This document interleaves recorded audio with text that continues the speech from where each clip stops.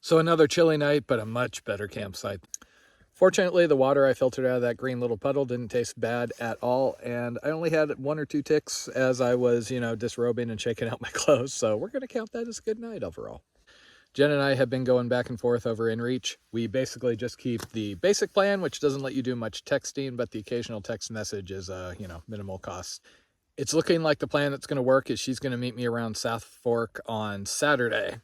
And then at Willow on the 166, she's going to leave me another bucket. The debate was at the 166, there is actually an option to take an Uber or something like 20 miles away to a hotel, which is tempting to, get a shower and laundry and everything, but probably going to push on till 2:33 or so. That's the big road beach walk section, so there's going to be a lot better options for hotels.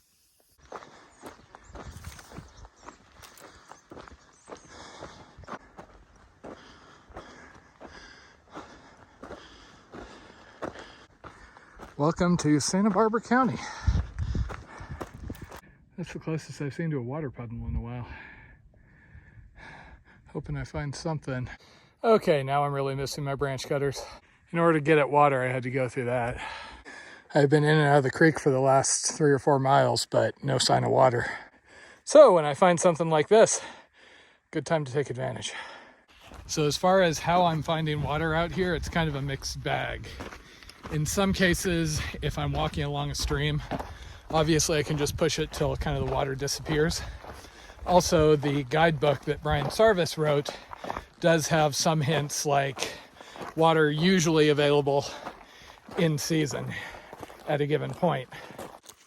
Now with the ongoing drought conditions, etc., it's kind of a crapshoot whether that's reliable or not to mention within season can be kind of a big window. On the big trails these days, we of course have gut hook / far out, which shows waypoints for water, and people can leave comments on the waypoints. So you can see that, oh yeah, 2 weeks ago this source was dry, and plan accordingly. The longer water carries I had to do on the PCT and the AT, which were in the high 20s, I knew exactly where I was going to be able to fill up again. So here it's kind of a gamble.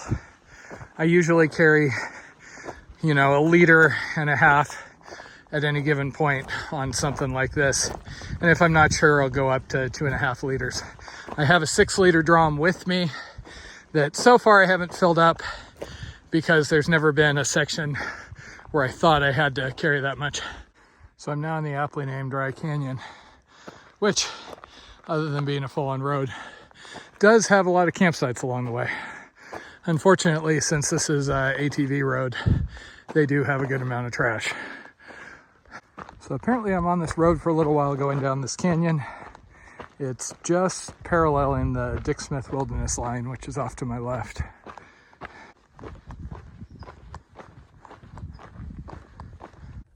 It is just kind of a day of extremes out here. When the sun's out, it's just boiling, and then the wind picks up and the clouds come over and I need a jacket.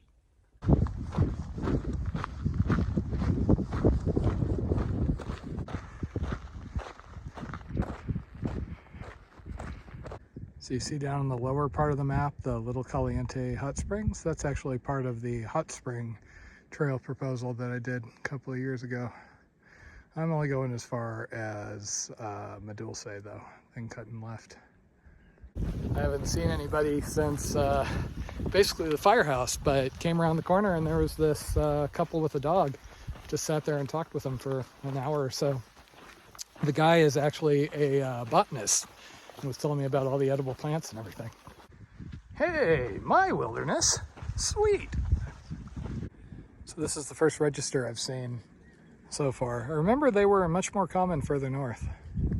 So in addition to me getting to talk about all the things I love talking about and getting a quick lesson on edible plants in the area, they did let me know that the storm that I thought was coming in Saturday should actually hit tonight. I've kind of wondered based on the clouds, but they said it's not gonna stick around, it's just gonna pass through. The last water supply that I was expecting has been dry. Well, that's something you don't see every day. Doesn't say it's here for somebody, but I'm not going to use some random water I find out here. Personally, I always hide my water a little better, and write, you know, through hiker water and my name on it. Okay, yeah, that certainly looks like a storm blowing in. So I don't normally do this just because of the impact on the heavily used areas I'm often hiking, but those last people I met kind of inspired me here. This stuff's called miner's lettuce. Really healthy, supposedly. I think I'm gonna get some and toss it in with my north side.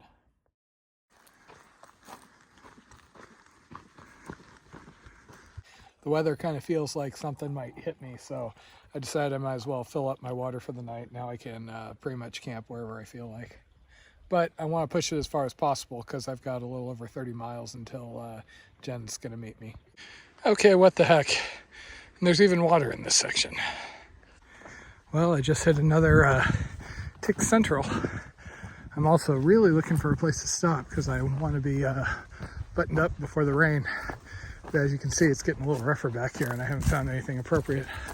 Still no luck, and I'm wishing I hadn't passed up the marginal spots back there. Not the best site, but it was obviously a cleared tent pad, and a tree above it seems like it's not about to come down on me. Looks like some branches have already been removed, so I'm gonna dive in before any of this breaks on me. I'm just trying to get my cooking done so I can button up before the rain starts in earnest. So check it out. Norse Spanish rice plus miner's cabbage.